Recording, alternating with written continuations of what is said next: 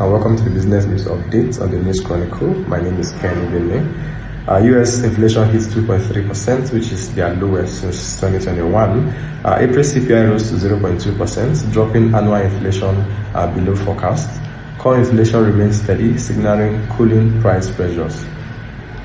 FG, on the other hand, floats 300 billion to cook for road. DMO issues 7-year 19.75% Islamic bond to tackle Nigeria's 18 trillion Naira road deficit and also deepen financial inclusion. NASCON, on the other hand, tops value stocks in 2025, while FMCG giant rebound. NASCON leads with a strong Q1 returns and also investors' confidence. Naira, on the other hand, gains as CBN reforms bite.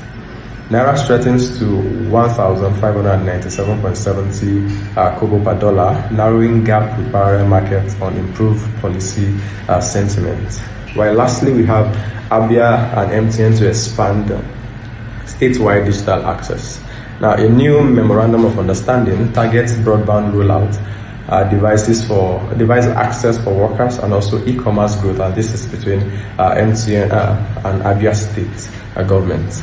So this is all from the business news updates. You can visit the website for more updates, www.thenews-chronicle.com. See you next time.